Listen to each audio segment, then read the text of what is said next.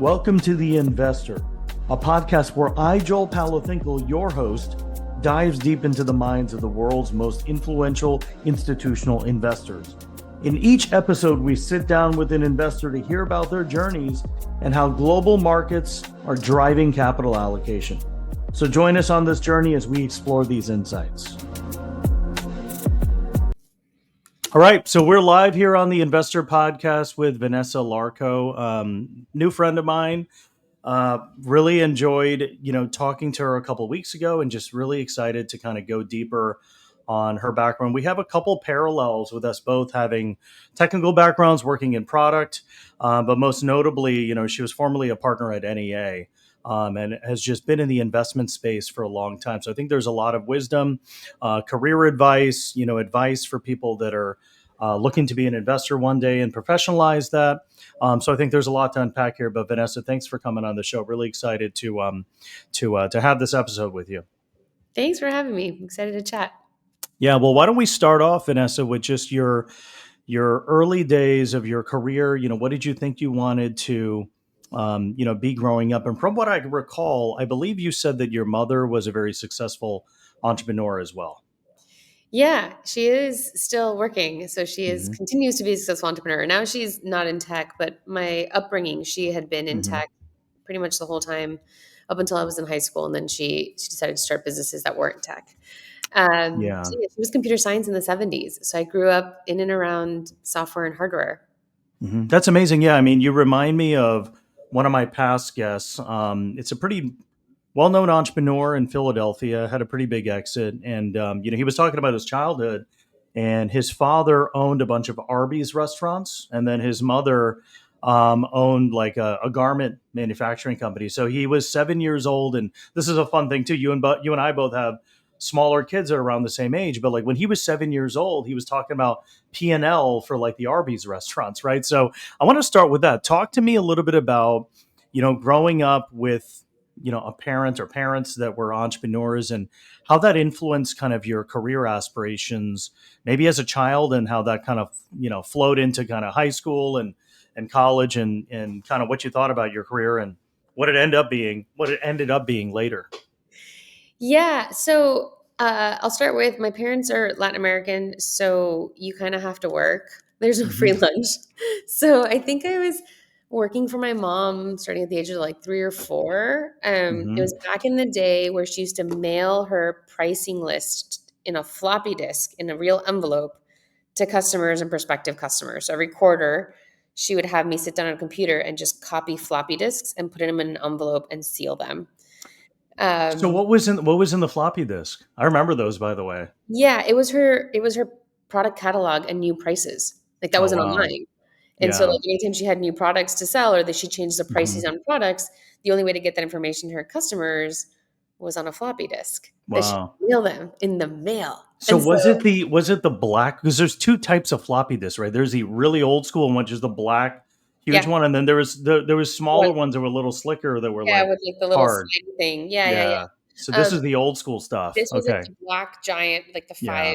5-inch by hmm 5.5 inch, I think Sure. it was. And basically, it was very simple. I would put it in this giant computer. And there was already a floppy disk in there. There was like 2 drives. And then the computer would have a loading bar. And then it would say, like, do you want to copy? I'd hit Y. And then I'd wait for the whole bar to go through. And then when it hmm was done, I would take out the floppy disk and put in a new one. And like, Wow. that was my job on Saturdays every quarter. I had it easy. I think my brother was like in the warehouse labeling boxes. So Sure. I think he got the short end of that stick. But that's how it started. I mean, we worked for her on that. And yeah, I understood like what's a price catalog? What are SKUs? Why do you have more or less SKUs? How does it add complexity in the warehouse? Right. And then as I got older, unfortunately, I got promoted to basically telemarketing. So I had to cold call people. She sold mostly to countries in Africa. And so I'd have my call list and I'd call everyone and say, like, are you upgrading your computers this year?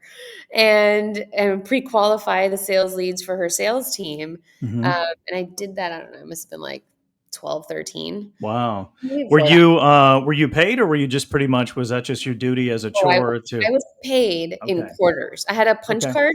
So I'd go into Yeah. the office and hit the punch card in the kitchenette, hmm punch in, do my work, and punch out. Okay. And Yeah, I he mean, so there's a lot of there's well, I was just asking too because there's a lot of social media content now with like these business attorneys that share content about like parents that can actually pay their kids legitimately, and there's a tax write off. So yes, you were I'm essentially an actually employee back then. I'm looking into that. That's Yeah, not. I was paid under the table. sure. Don't tell the IRS in quarters. So I don't think I met Yeah, the threshold to pay taxes on that. yeah. It's But essentially like an allowance. I mean, basically, it was an yeah, earned allowance. yeah, But yeah, no, the cold calling was actually terrifying. Like hmm people would hang up on you, people yeah, would yell at you, and I think actually that was probably one of the best lessons of like, don't take it personal, move on, go to the next line, like the next phone number, I and then totally agree. we'd get, I don't know, I would call probably probably like 100 plus people Hmm each time I would make I'd sit down and make calls, and I'd get like two that'd be like, yeah, actually, we are going to upgrade our systems. Where are you based? Oh, interesting. And I'd be like, great, qualified lead. So it got you used to that, like rejection, like Yeah. constant rejection, and that like 1 to 2% conversion is really exciting. How do you think that's helpful for people's confidence as they're kind of trying to build their communication skills? Like one thing I've learned, and I've mentored a lot of folks over the years, I've been very fortunate. And the one thing I've seen that really separates folks, like real entrepreneurs or people that just start, is like they're not as scared to fail. Hmm Yeah. They're not scared of rejection. Like even growing up, I hmm had friends that had phenomenal grades, and I was like, "Oh my god, are you going to apply to like your dream school?" They're like, "No, I'm probably going to get rejected. I'm not applying." I was like, "Wait, you're not even going to apply?" hmm They're like, "No," and like it'll hurt too much if I apply and put all that effort in and then I get rejected. Sure. When I was like, high school to college, but even people now, they're like, I want to start a company and I have this idea. I'm like, okay, start. Well, maybe I need to save up. Yeah. Like, how much do you have saved? Like, well, what's your monthly budget? How much do you need to have cushion? Okay, you have that cushion. Go start. Well, maybe I need this. Maybe I'm like, just start. Yeah. Or some people say, hey, well, I just want to make sure that it'll work out. Like the only way you're going to make sure is if you Just actually do it. do it, right? Just do the Yeah. thing, right? Do hmm the thing. And I think the cold calling, as painful as it was, and as much as I complain about that as my one of my jobs for my mom, it just taught you to like just tackle the list. You're gonna get a gajillion no's, but someone will say yes at some point. Yeah. And so you just like I mean, I would procrastinate, go around the office, I'd like pour milk, I would do this, I would try to like do everything hmm before it gets started. But just like just start. Just like once you pick up hmm the phone and you're in the groove, like it's fine. You figure it out. Yeah. And so I think that that's what I learned most from it is like just start. Don't worry about the rejection. You'll hmm everything has rejection in it somewhere. Nothing is like rejection free. So you might as well like go for the thing that has the highest upside. So how many calls were you? So where'd you get the leads? You got them from like you're just dialing a phone book, or did you get some qualified leads from No, somewhere? the sales team, they Hmm would buy lists of Okay. people, Yeah. but they would buy them and they'd come deliver in like booklets, Oh yeah. and they would Yeah. highlight It's the ones they back in the wanted. day. So Yeah. they would at least go through and do like a first hmm pass, Yeah. and then I would call them and then get information from them. Sure. But yeah, no, it Okay. was old school. It was a long time ago, but Yeah. it also made me just very curious about like why do people hmm buy? How do people buy? And it was really interesting to understand because my mom sold at that time she was selling hardware. What do you use their hardware for? What do their upgrade cycles look like? What's the minimum viable that they need? And then if they get too cheap of a product and they outgrow it within a year, then that was a waste of money. They should have just gone like one notch higher. And at that hmm time, we were just differentiating on memory. It was like, do you want Sure. 256 or do you want 500? It was like hmm So very you low. were selling so you were selling different computer products Yeah. Yeah. too. Okay, got it. So Yeah. is this around the time when like Dell computers was That's coming out? exactly. Yeah. My mom Yeah. actually would sell this software patch for memory cards for Michael Dell. And that's where she got the idea to do like a Yeah. Dell like computer, but sell hmm it in a market where Dell wasn't or and nobody was paying attention, which was Africa at the time. Yeah. Sure. And so she wanted to build the Dell of Africa, and she built something, I don't know, not as big, but pretty close, and sold that business Yeah. in the '90s. So it was really interesting, though. I think to just understand to talk to customers at such a young hmm age, just like try to understand like how Absolutely. the world work. Yeah. Because Um, you never learn that stuff. I mean, I never was fortunate to kind of get that experience, well, you right? don't I learn that mean, skill ever. so how are you kind of thinking about that with your three kids? Like, how are you trying to teach them? Because I'm trying to do some of that with my son at least. My daughter's only 3 years old, right? So Yeah. I'm just too busy arguing with her over like a lollipop or something, you know. Yeah. But how are you kind of translating some of that with your kids? Yeah, well, I have a 7-year-old, and he's my oldest, and he's very curious about things. So he'll be Hmm. like, "Buy me this." I'm like, "I'm not buying you that. You have to buy it with your own money." And Yeah. like, I'm gonna do a plug for one of my portfolio companies. He has a green light card, so Hmm. it's like a checking debit, and he has a phone for very different reasons, but he has the green. It's one of the 3 apps he has on his phone is his green light app, and so he can open that. And they Hmm. have modules where they teach you different Yeah. financial lessons. Hmm. But what I was explaining to him, interest, like you put your money in, this is your interest rate. And so it just grows every month by this rate. Sure. And like a couple months later, like we talked about how it worked and how it compounds. I didn't think any of it sunk in. I thought I went like way over his head. And I was like, oh, whatever, I tried. And then a Sure. couple months later, he comes, he's like, Mom, I would really like a higher interest rate. I was like, yeah, buddy, you and me both. He's like, I like I can put my money in and I don't have to like work and it grows. I like that. I was like, yeah, Yeah, dude. it's an We all interesting concept. Yeah, we all love that. Yeah, compounding capital. Yeah, I mean, look, I mean, my son got some money for. We did like a communion party for him, right? yeah. And we just put it into a savings account. I'm like, what are we doing here? I just took the whole money and put it into the market. Yeah. And I'm like, look, you know what? Here and then what I've been doing is kind of showing him the different tickers. I'm like, hey, you own Yes. Tesla. Do you know what Tesla is? And then so he's been very curious now, Yeah. where he opens up kind of some of the tickers and he'll come up with some random toys that he's playing with and he'll try to look them up and I'm like, oh, that's Yes. not a company, Same. it's probably part of like a bigger parent company, but that curiosity is there, which is really exciting Yep. to We've been, see. we've been also teaching him about individual stocks, and Hmm. he like opens the stock app and he knows like Yeah. red is down, green is up. Sure. It's like, oof, a lot of red today. What happened? And so I explained tariffs to him. Yeah. And he's like, but if we keep raising tariffs, why don't they just raise tariffs? And then everyone just raise tariffs and then we can't buy any toys. I'm like, Yeah. yeah. And he's like, Trust us, we've had those conversations. terrible. And I was like, Yeah. yeah, it Yeah. is. And then I was also explaining like low margin and high margin businesses to him Yeah. because we were talking about entrepreneurship. And I said, when you're the boss of a business, the money comes into you and you decide how much to pay other people, how much to invest in the business, and how much you keep. That's your Hmm. decision. Yeah. And so typically the bosses pay themselves more than everyone else in most Hmm. cases. And Yeah. oh, I understand. So then in kindergarten, this was last year, they made a poster for each kid, and the teacher filled out, the questions and said, "What Hmm. do you want to be when you grow up?" And he just wrote, "Boss," just Okay. boss, BOSS, just Sure. boss, not the boss, Yeah. just boss. And I asked Yeah. him, he's like, "Yeah, I want to make those decisions." I was like, "Well, Hmm. it's a big responsibility. You have to work really hard when you're the boss. You have to work harder than everyone else." And he's like, "Why? If everyone else is working, why do you need to work at all? Just hire a bunch of people and then you don't have to work." I was like, "Oh Hmm. no, if you don't work, they don't want to work either." Yeah. And so he's getting these concepts of like, what are the trade-offs of being an entrepreneur? Hmm. What does it mean? Like, why do people decide to be entrepreneurs versus other people decide to just work for someone else? Yeah. Um, and then a couple months later, he comes and he's like, "Well, we went to an ice cream store. He knows the ice cream owner. And he's like, Mom, does Javier, the ice cream owner, have a lot of money?" And I was like, "Well, no." And he's like, "Yeah, but he owns his own business. Why doesn't he have a lot of money?" Hmm. Like, well, he sells a low margin product, meaning like Yeah. he sells this an ice cream cone for $4, but it costs him Hmm. $3. So after every ice cream, he only makes $1. And that's fine, except that he only sells it to our neighborhood. So he has a Sure. small addressable market. Hmm. So I teach him like, damn, right? And he's like, okay, well, my mom now is in the food business too. And he's like, well, what about Abu? Is she a low margin or high margin business? I was like, well, Hmm. it's a low margin business, but she sells wholesale. She sells to all of the United States. So even though she makes $1 per pan de bono that she sells like hundreds of thousands of them every month. Yeah.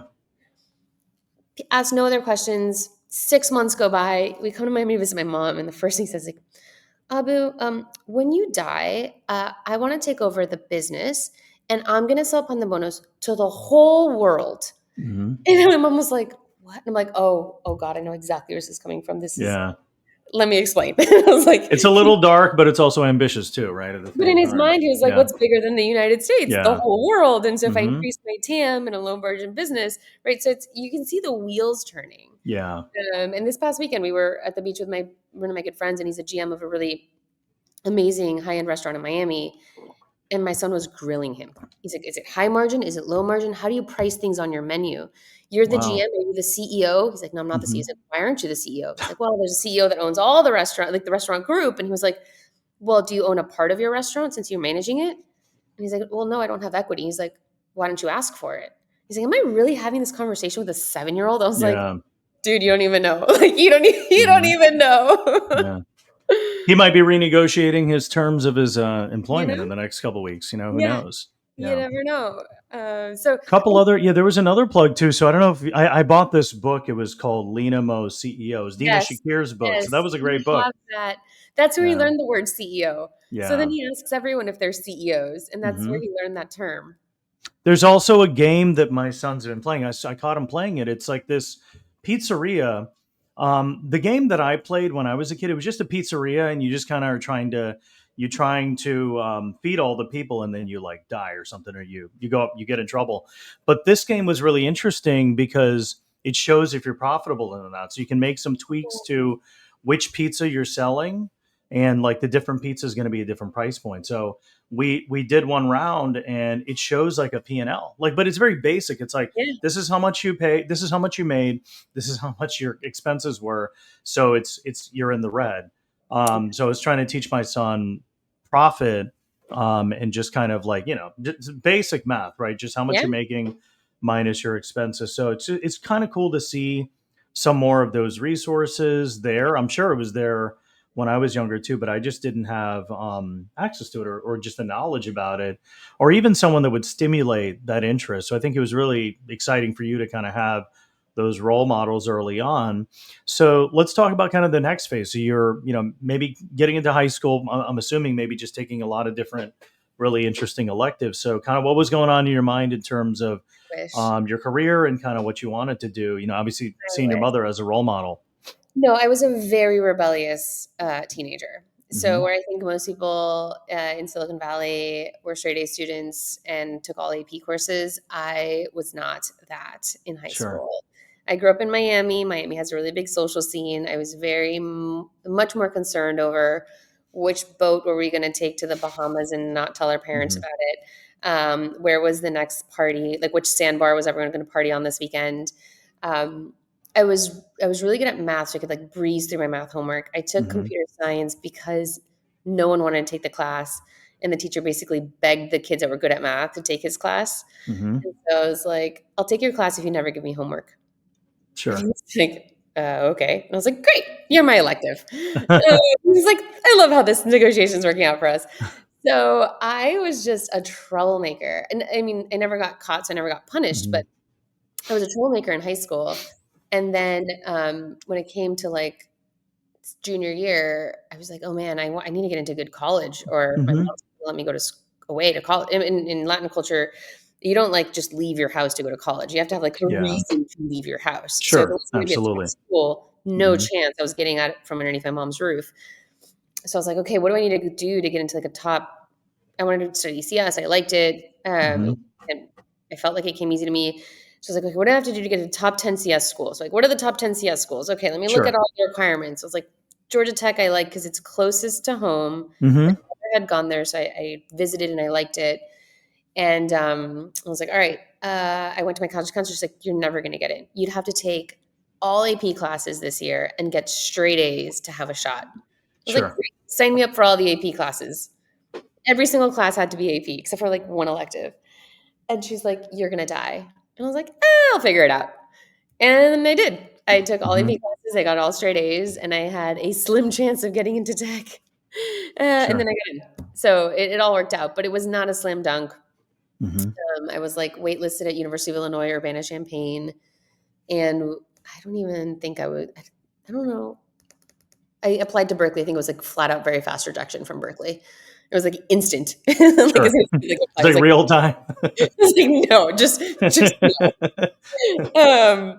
So yeah, and then University of I applied as a math major to WashU, and I was waitlisted there too. Hmm. So yeah, and then I got Okay. accepted to schools, but I was So like, you ooh, did. So you went to Georgia Tech. You yes, ended up going there. Okay. Yeah, it I makes sense. I did. mean, they had a really good engineering program. Is what you do? Computer science. Top 10 CS school. That was the Okay. requirement my parents set Yeah. forward. So that was the requirement. I met it. I went. I got my butt kicked. It's an extraordinarily difficult school. Hmm. I I at that's when I became a nerd. Like that's when I was like, I have no social life. I'm gonna live in this lab. I'm gonna be doing homework all day, all night, 7 days a week. Um, because the other students that came in for CS were brilliant. And they were like amazing hackers that had been like either black hat hackers or white hat. It Hmm. depends like what side, but like they were black hat, they were white hat. And I was like, I don't even know what you guys are talking about. I did like Yeah, Visual Basic in high school. And I was like, sure. you didn't do C? You didn't do assembly? I'm like, no. And they're like, you haven't hacked into a banking system. I'm like, I thought that was a federal crime. I didn't do any of these things. And so I had to work so hard to just keep up with everyone. Sure.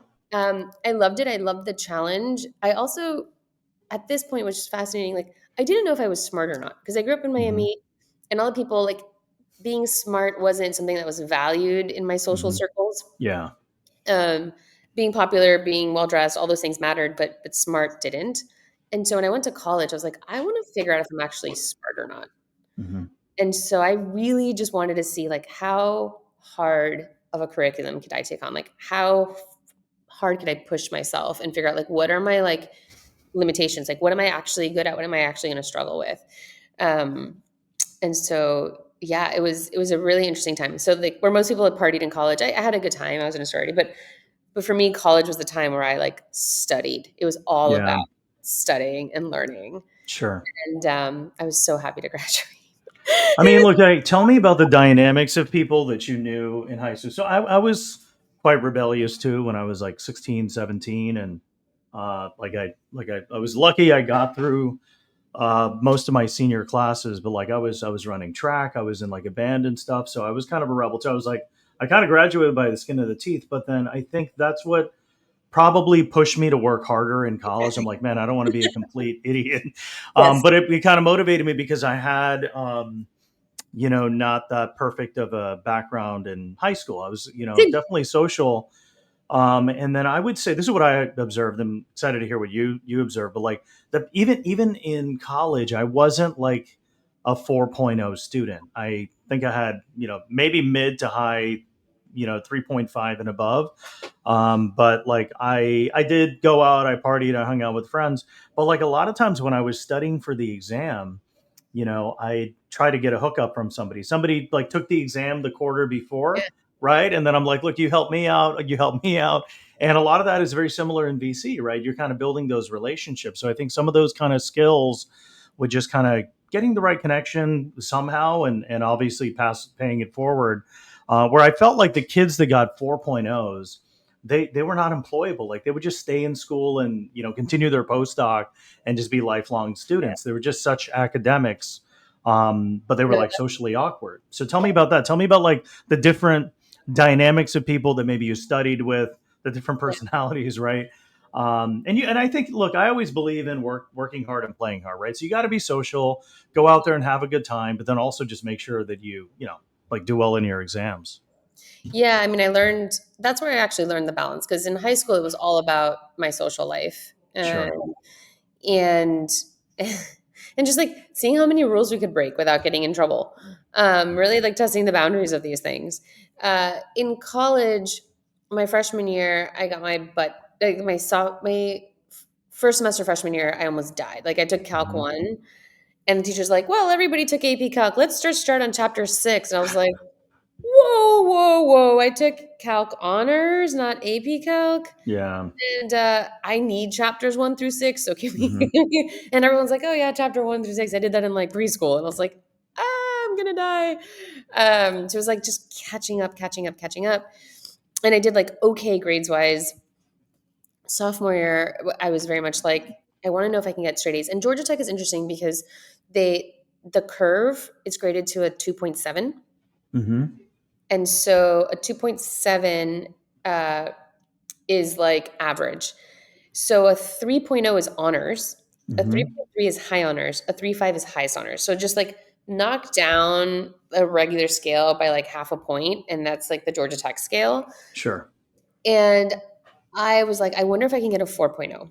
Hmm. So spring semester of sophomore year, I shot for a 4.0 and I was taking hard CS classes. And I basically required that I studied and did homework and projects every single day, 7 days a week, and I would only be able to sleep 5 to 6 hours a night. Hmm. And so I got the 4.0, but I had done nothing but study. And I was actually starting to get nosebleeds from the stress and the lack of sleep, like regular nosebleeds. And I was like losing my appetite. So like physically, I was falling apart as well. Sure. And so after I got the 4.0, I came back home. I slept for like 3 days straight. And I was like, yeah, not worth it. Like nobody is going to care that I have a Hmm. 4.0. Like I will Sure. get a good job with above a 3.0. Hmm. So like my goal is to go somewhere between like a 3.0 and a 3.5. And I got so maniacal that I was like, I don't, and Georgia Tech doesn't have A pluses or minuses. It was just A's or B's. Hmm. So I was like, I don't want anything above, like too far above a 90. Like I just want to cross the A threshold. So I would calculate like how many questions do I have to get right on the final to get my A. And I Sure. was like, oh great, I only need to get a 60 on my Hmm. final to get an A. I'm shooting for Yeah. a 60. I'm not going to shoot for 100. I'm going to memorize exactly like three-quarters of this material and YOLO the rest. Sure. And so, like, if I got like a 96 on something, I'm like, Uh-huh. oh, I studied too far, like into what I needed. That's like Yeah. 6 points I could have been out with friends. Yeah. So I actually like ended up figuring out that balance after sophomore year. Yeah. Um, and then I interned at Microsoft and I loved it. I was like, I'm actually much more of a doer than a studier. I realized like I actually don't like school. It was like a means to Hmm. an end. Once I started Yeah. working, like Like, what was your favorite elective in school um we or didn't class? really have electives at Georgia Tech Yeah. was complicated at the time. It was a tech school. So like people's electives were like thermodynamics or Yeah. like mechanical engineering 101. Like your electives were just other engineering courses. I know. I didn't like those. I weaseled. We did have a business school, but those classes are always overbooked. So I found a way around it, which was declare a double major in business and CS so that I could Okay. register for the business classes. Yeah. And then I dropped my double major when it was time for me to graduate so I could just graduate CS. Sure. Once I figured out that hack, which was like my junior year, Hmm. I really liked my marketing classes. Like everything that was like customer face, like use Yeah. cases, case studies, like Because it understand brings you back to your childhood when you were kind of doing a lot of that stuff, right? that and like it's actually how the world works. Like you build a product, you need the product to be good. But then like if you can't sell it, it doesn't matter. If you Sure. can't market it, it doesn't matter. And then Hmm. like And same understanding thing, like, I mean, the parallel, sorry to cut you off, but I just got to say this, but like, you've got an A plus, you got a 98% versus a 96%. You're the best student that ever walked, right? But if you can't even sell yourself to get that job at Microsoft, then nobody really cares, right? I know, and let me tell you, when I got that, because the internship at Microsoft is very competitive. They come on Hmm. campus and we take a couple of students. My one of my CS professors was like, I always get asked who I should recommend, and I'm going to put recommendations for just two students in this class. Like, who wants to be recommended? And we all raise our hand. And he's since apologized to me, and we're friends on Facebook, and we message every once in a while. But he looked at, there was only two women in the class. We both raised our hand. He looked at both of us. He's like, I'm not recommending you. You're not the Microsoft type. And Wow. we were like, is it because we're women? And he's like, it's Hmm. just, you're not nerdy enough. And I was like, so when I got the internship, I was like, I didn't need your recommendation anyway. Here's my offer letter. You suck, Sure. and I don't like you. Um, and I luckily had already finished this class at that point. Um, I everybody was shocked. Everybody was shocked. Like Hmm. you don't get hundreds on the test. Like you don't like you're not number one or two when we do like the coding labs. Like how did you get the internship? It's like I'm just better at interviewing than you. I don't know what to tell you. Like sucks Yeah. to be you. It turns out you need to be better than just a fast coder to get the internship. But everybody was shocked, and a lot of people were like actually pretty upset that I'd gotten it. Sure. And so that was interesting. But yeah, no, to your point, like you have to be able to sell the thing. Hmm. Okay, so tell me what happened after Microsoft. So you did the internship. Did you do any other, a couple other internships before you graduated? No, no, I did the Microsoft internship. I studied abroad sophomore to junior year, Hmm. did the internship junior to senior year, and then I had fun. But my dream was to get this IBM sales job in Manhattan, selling software to Wall Street, which was like the most Okay. coveted Yeah. job. The quota was low, the payouts were big. At the time, like every IBM CEO had come from the software sales division. So it was like Sure. fast track to executive track. Mhm. And in my mind, I was like, I'm gonna live in New York City with my friends from Miami, and I'm gonna be wearing like fancy suits to work every day, and taking clients to like great events. And I was so excited. And then I went through the interview process. It was like a ton of rounds. I flew us all around the country. It was like 200 people Mhm. initially applying. It whittled it down to 7. And then when I met the 7 finalists, actually, it was when the Wall Street was melting down. And they put us in Mhm. a conference room, like, we don't know if this job exists. Let us figure it out. So we were Sure. just like all sitting in a conference room chatting. I was like, I'm the only one that studied CS. Like, none of you know how the software works. They're like, nope. So and so was like son of someone who was cousin of the CEO. The other person played Yale football, and the hiring manager had played Yale football. Like everyone just like connected, and no one had done CS, and nobody Yeah. even knew what the product suite was. Like I had Mhm. studied, I used it, I demoed it, I was like ready, and I was like, wait a second. And then my Microsoft interview, I was like coding on a whiteboard, Sure. like algorithm, like sweating it out. I was like, I don't. Maybe I want to like, I was like, maybe I'll do the Microsoft thing because I worked so Mhm. hard in the CS degree. So I'll do it for like a couple years and then I'll move to New York and then I'll do like the social fun thing. Yeah. It feels like I worked too hard in school to just like not use it or not to be Sure. around other people who like went through it too. And then I actually pitted Microsoft, IBM, Siemens, Expedia. I had a couple of offers, and this was like 2008 during Mhm. everything During melting. the meltdown, yeah. And that's the other fun part is like I learned to negotiate. My mom always told me the best leverage you have is if you don't care if you walk away. Yeah. And so I'm like, I don't care if I was like if I have the IBM job, great. I'll live in New York with my friends. If I Mhm. take the Microsoft job, great. I'll be working with like Sure. other CS majors. Which one of the two like toss up? And so I went into Mhm. negotiation with like I don't actually give a shit which one of these two I end up going to. So IBM would offer me this, and I'm like, I don't know. Maybe I'll just take the Microsoft offer, and they throw in a bunch more. So then I call Microsoft. I'm like, IBM offered me this, and this. So like, I think I'm just gonna take that offer. And like, no, no, no, no, no, wait, wait, wait. And then I got this like egregious offer, and I was like, they even like just to like just give you an anecdote. I had a horse. It's a very long story. I rescued him, and out in the outskirts of Atlanta, and they offered to pay for the relocation of my horse from Atlanta to Seattle. Like they just Okay. like threw that in as like an Sure. extra. Yeah. I was like, all right, cool, yeah, I'll Okay. do Yeah. it. And then I realized like anytime you want to go to negotiation, like the best leverage you can have is actually like being able to walk away from either and not care. Yeah. Like buying a car, I'm like, I can walk out of the dealership and not care if I take this car with me or not. And so Sure. like just coming from that position is just the best. And when the times where I'm like, I don't have leverage, I'm an awful Mhm. negotiator. When I don't have leverage and I absolutely need the thing, that's what I'm working on because I have no poker face. Like I'm just like, Sure. yep, nope, you're right. Like I guess this is the price. I have no leverage. Yeah. So tell me what happened after that. So you ended up moving to Microsoft and Yeah. Yeah, I working went there to for some Microsoft. time. I Yep. worked on Surface when it was a big table. Turns out Mhm. in a recession, no one wants to buy a $14,000 table. Sure. Yeah. So they struggled and they ended So up it was a being, table. It was an actual like yes, it was a full. huge Wow, that's table back crazy. in like Yeah. '08. Mhm.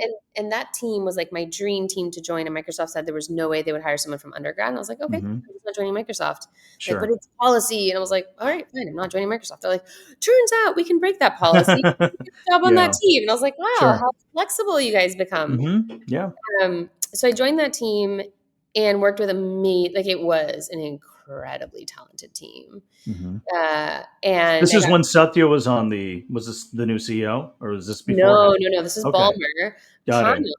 Panos, who I just like runs all the hardware stuff on Microsoft now. Sure. Panos ended. It was a guy before him. I think it was Brad Carpenter, and then Panos took Mhm. over as the GM. So I was in between both of those GMs. Got And it. Panos had to be like a huge executive at Microsoft after that. Mhm. But it was an incredible team. I was the youngest person by far. Everybody was like, Sure. "How did you get on this team?" I'm like, "It's a long story. I weaseled my way in. Don't worry about it." And I had to work extra hard because I wanted people to respect me, and nobody thought Yeah. I belonged there. So Mhm. I had to prove myself. And then a good friend of mine was on the Xbox team, and they just started working on Kinect. It Mhm. was like a super secretive underground project. And he recommended me for a job there. And my hiring manager was like, look, you're too junior for this role. And I was like, well, I'll work harder than anyone else. Like my whole career rides on whether this works or not. So you let me know Sure. if you want me. And then a month later, they called me like, yeah, why not? And I was like, okay, great. So I was way underqualified for that job too, but I worked my butt off. I mean, I was working Yeah. hour weeks regularly. My friends threw a going away party for my social life in Seattle, and all I did was work every Sure. single day in the office Hmm. because Kinect just wasn't working. We needed it to work before Christmas. Sure. So that was fun. I think we all have some level of PTSD that worked on connecting Oh, that I time. bet. Bonded for Yeah. life after that. Hmm. Um, and when we shipped, well, the thing that I learned at Connect was like I can I can figure out a lot of things, like way more than I thought I could. Like when I got there, I was like, I don't know anything about speech recognition, and I'm running the speech recognition experience part, and I don't know anything about this technology. Hmm. And I picked up textbooks, and then I just started reading white papers. Everything that Microsoft Research had published on speech recognition from a far talk device, I devoured it. Then I reached out to like random other researchers at universities to just like ask Hmm. them my stupid questions because I didn't want to ask anyone on my team Sure. because I didn't want them to know I didn't know the answer. But then that was a cold calling, right? Like, I don't know Hmm. you, I saw your name, you authored this paper. I have really stupid questions for you. Please teach me Yeah. things. And then I figured it out. And I was like, wow, I can figure things out. Even when I feel totally out of water, I will eventually figure it out if I put the effort into it. And then there's no, my mom always says there's no substitute for hard work. They're just like, Hmm. you can work smarter, harder, whatever. But I'm like, you can work smarter and harder. And then there's no substitute for that. Yeah. So that was an incredibly, like that experience shaped me. It was like, it was a big part of who I'd become professionally.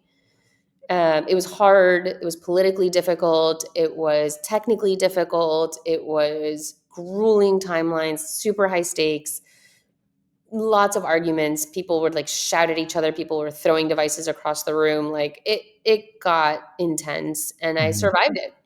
And we shipped I think, a really revolutionary product. Um, so then I moved to the Bay Area to work at Playdom because I wanted to work at startups. Like I really Sure. wanted to be an entrepreneur at some point. Hmm.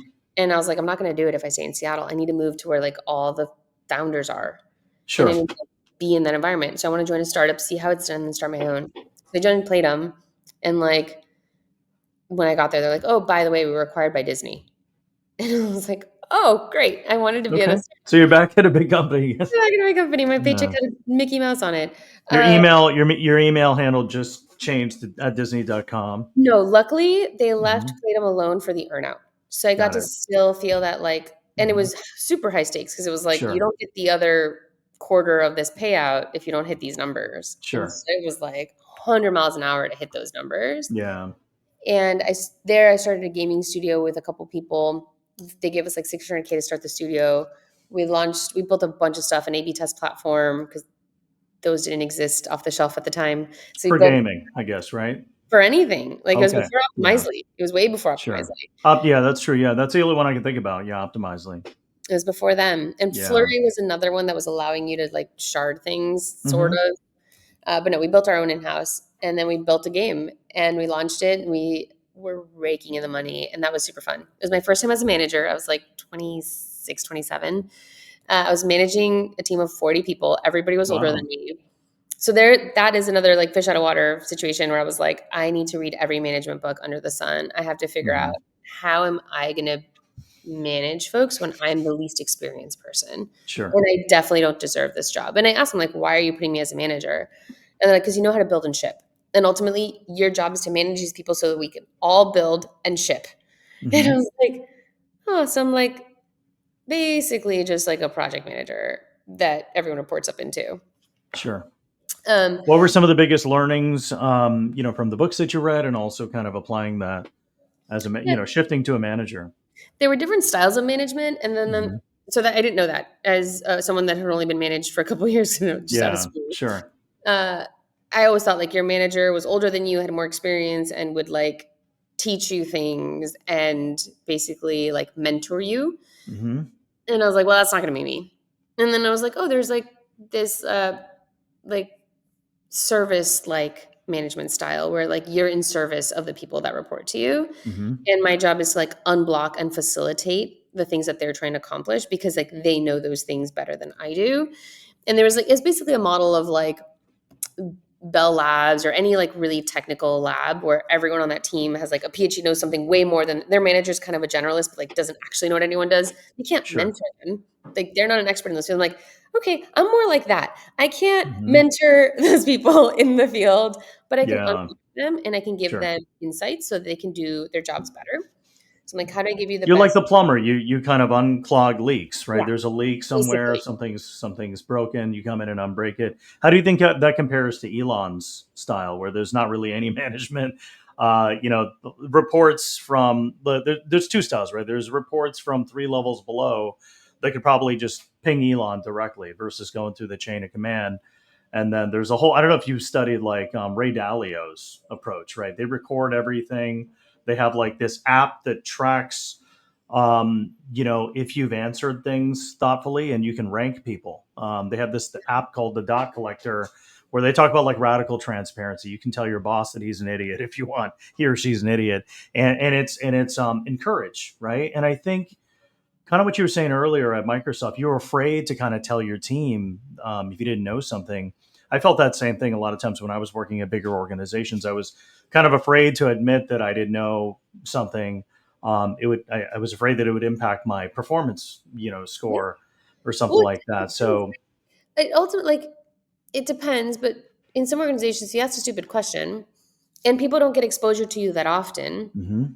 I think the part of it is like how much exposure. So like if I see someone every Sure, single day, they get to see me be smart. They also get to see me be stupid. I don't mind asking stupid questions. yeah, Asking a stupid question in a room with a VP who gets to see you once a year, hmm, that's very hard to recover from. Because like, how do sure, you then show him like I'm not incompetent? It takes a yeah, whole year to like prove that to have another meeting with them where you can actually show them you're smart. So it depends, I think, on how the org is set up and how many touch points you have with people. yeah. It's a good point. And then also like how do they measure performance? And if Hmm. you're like in sales, you can, because it's so objective, if you ask all the stupid questions, everyone's like, that person's an idiot, but you're like surpassing quota every quarter, everyone's gonna be like, no, they're actually a genius. Sure, They're like, that's their style. Like people like that, they ask those questions, but they're eclectic and they're brilliant. And it's like, sure, you only say that because you're hitting your numbers.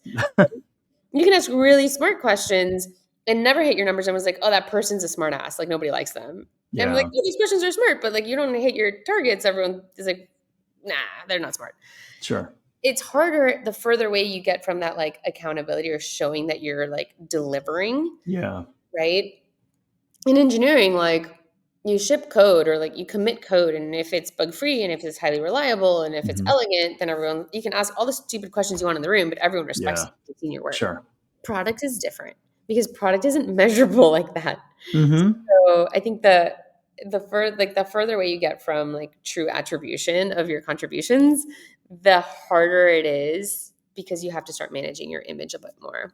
sure. Yeah, with product, I mean, you take the blame for everything pretty much, right? You're the leader of And the it's and credit for was that your role at Playdom? Was it a product role or was it kind um, of a hybrid? no, I mean in the gaming they call it producer, so but I Okay. hated calling myself a producer because I'm like Yeah. I'm shipping software.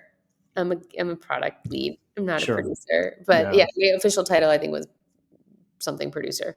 Okay. Um, but it was more of a GM role because the software, like building the game rolled up into Hmm. me, acquiring the users rolled up into me.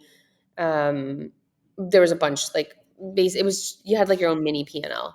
Sure. Um, and so that was a really great experience too because I got to run kind of like my own little business within a company. Hmm. And then that's when we spun out to leave to start our own gaming studio. A couple of us left played up to do that. And that was not the success we wanted it to be. We Hmm. basically pivoted two times and then got acqui-hired.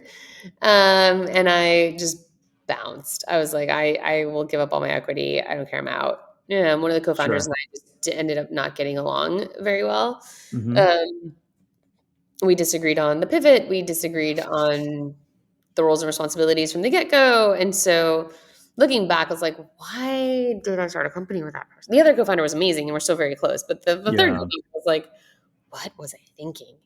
Sure. Like he didn't have he was just like a figurehead. And Hmm. I highly now advise against having a figurehead. But at the time, like the other co-founder and I were so young that this figurehead were like, oh, he knows everything and he knows all the people and he has all the connections and he knows how to do this. Hmm. And it turned out like he didn't. And we were all Sure. figuring it out every day. And I was like, wait, why are you the figure? Like, wait, why Yeah. don't you get in and just we don't need a manager. There's Yeah, three of you us. don't even deserve equity. Get out of here. No, I'm just You kidding. know? So it was interesting times. I learned again a lot. That was interesting because I that was like my first big professional failure, right? Hmm. Like I did really well at Microsoft. My performance reviews were always like exceptional. I always was ranked top. I got promoted more often than I should have. Playdom was the same way. I got promoted into a role way bigger than I should have. Everything was up and to the right. I thought like starting this company up and to the right, we're gonna like take this Blow thing up. or sell for a Yeah. billion and Uh-huh. just like, buy an island in the Bahamas and retire at like 30. And it failed. Like I mean, we got acqui-hired, but Hmm. I walked away with nothing. Sure. And that was so painful. Like that where I was like, I will never recover from this.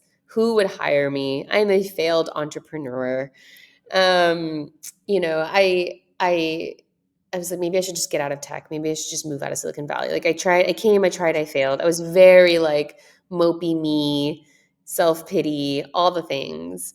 I went on a trip out by myself. Everyone thought I went to Santorini. Don't go to Santorini by yourself. Everyone thinks that you've gotten left at the altar. Sure. Went before the high season, so there weren't very many tourists. So everywhere I went, they're like, "Oh, what What happened?" happened? I'm like, "Oh, this is way So worse." what time did you go? I guess was it like the spring break time? Yeah, it was in the spring. Yeah. Yeah, because And that's kind of the off season, right? Like when yeah. yeah, and everybody just looked at Hmm. me with such like everyone on the island was just like, "Oh, the poor girl." I'm like, "I didn't get left at the altar." You didn't. I'm like, "No, I really didn't get left at the altar."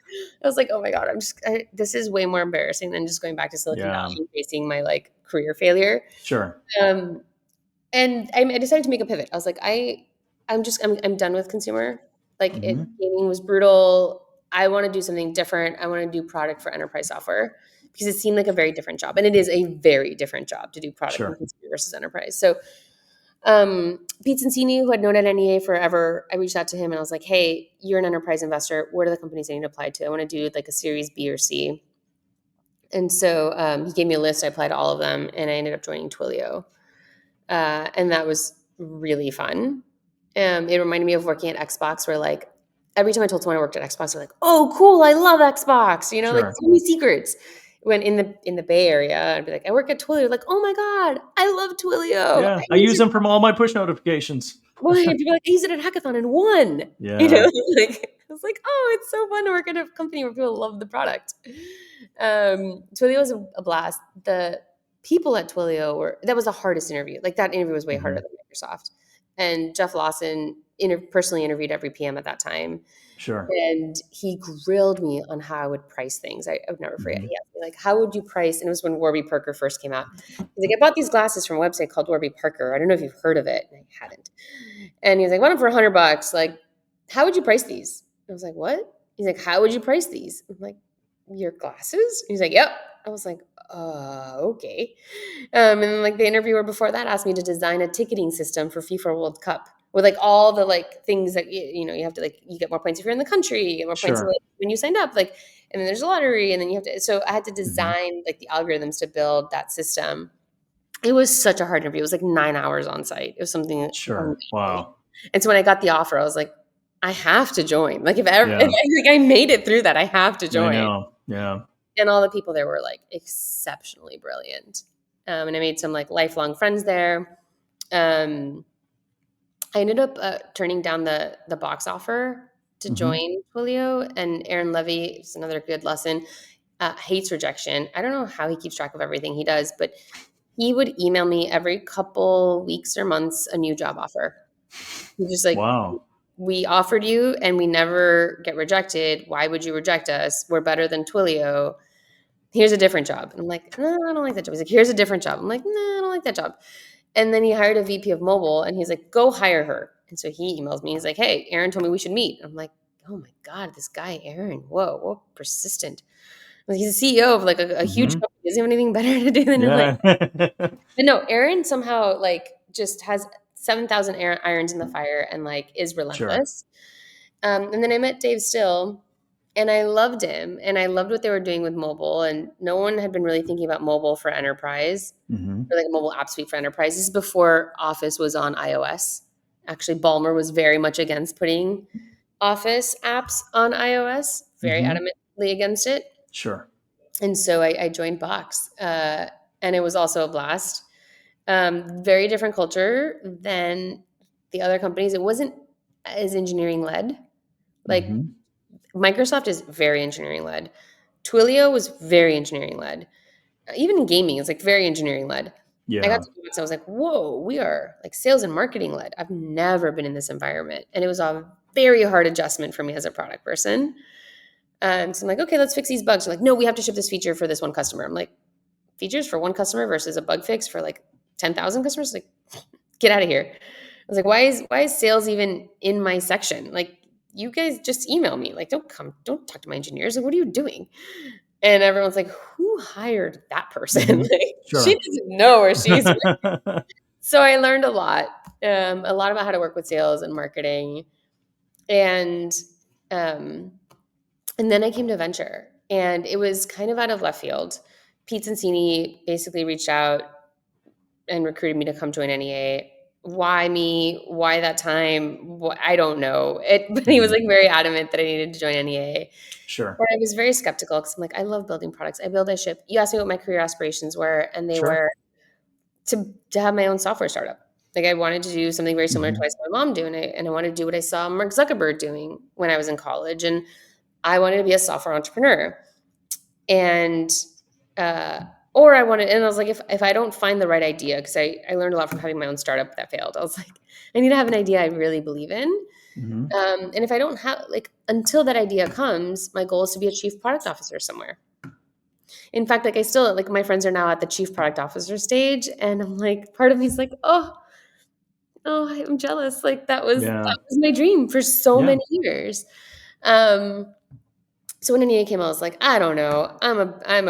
I build, I ship. I'm an entrepreneur. Like I'm not a VC. Yeah, I'm not one of you people.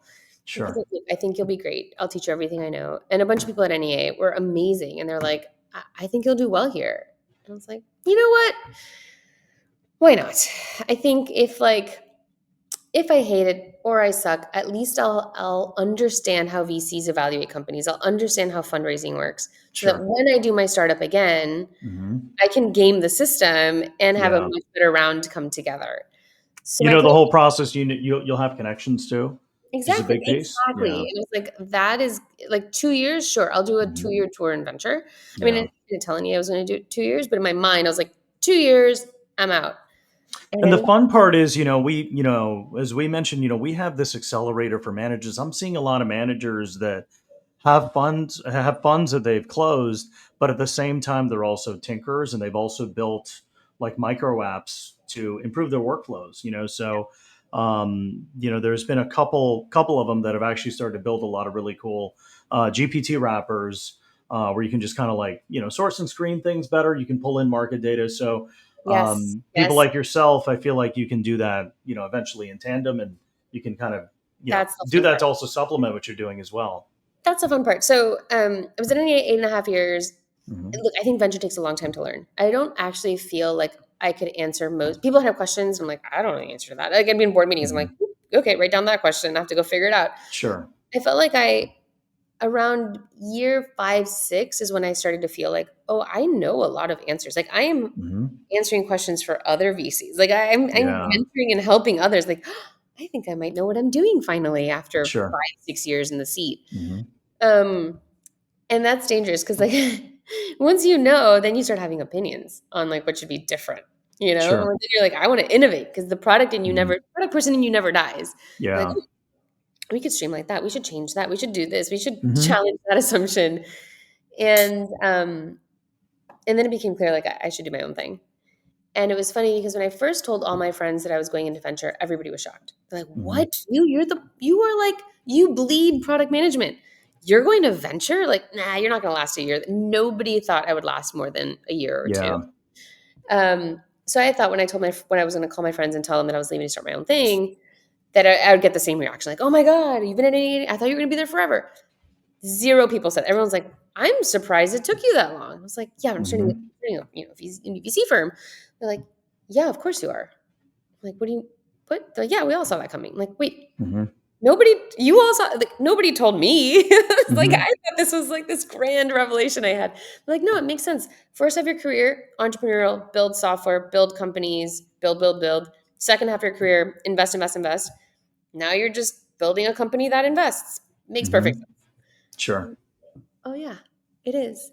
And, it's early innings, but it's been amazing. And now I'm like, Hmm. this is what I've been meant to do. Like, this is, like, the culmination of all my experiences and everything that I love all into, like, this one moment. And TBD how it all turns out, right? But I have never worked so hard and I've never had so much fun. Like, I can't turn it Sure. off. It's addicting.